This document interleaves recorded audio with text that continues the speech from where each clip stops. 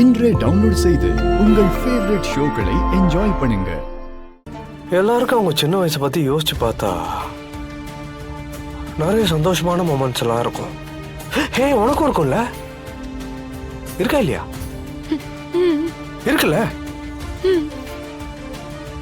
இருக்கும்.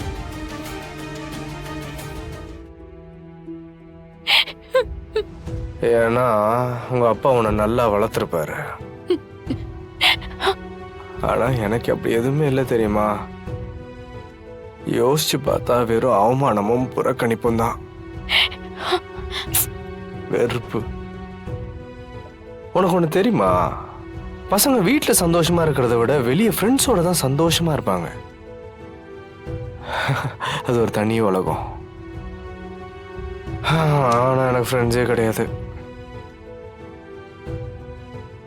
ஃப்ரெண்ட்ஸ்னு யாராவது இருந்தா தானே பேச முடியும், இல்லைன்னா எப்படி பேச முடியும் சொல்லு?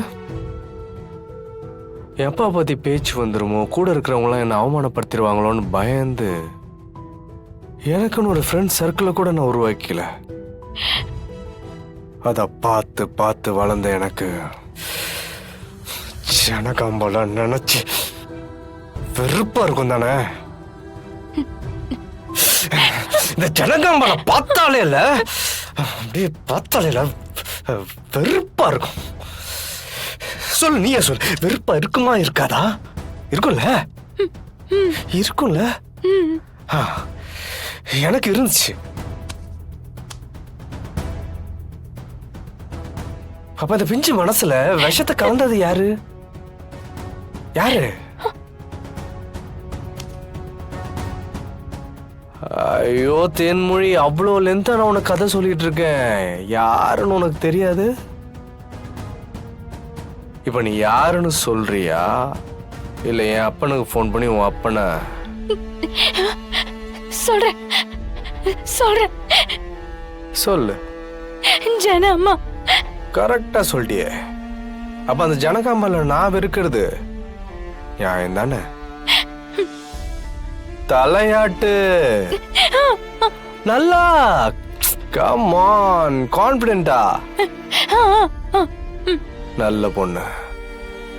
என்னோட கஷ்டம் உனக்கு புரியுது, அதனாலதான் நீ தலையாட்டுற. அப்ப நான் உங்களை பழி வாங்கணும்னு நினைக்கிறது கரெக்ட் தானே? ஆமாவா இல்லையா? எங்க அப்பா அந்த ஜனகாம்பால்னால அவ்வளோ அவமானப்பட்டு நின்ன ஒவ்வொரு நாளையும் நான் கூட நின்று பார்த்துருக்கேன். அப்ப அதே அவமானத்தை நான் திருப்பி கொடுக்கலான்னு நினைக்கிறது கரெக்ட் தானே? அதைத்தான் பண்ண போறேன். அதுக்காக தான் உனக்கு கல்யாணமும் பண்ணியிருக்கேன். நான் வளர்ந்ததே நான் வாழ்றதுக்காகலாம் இல்லை தேன்மொழி. அந்த ஜனகாம்பால வேரோட அழிக்கணும்.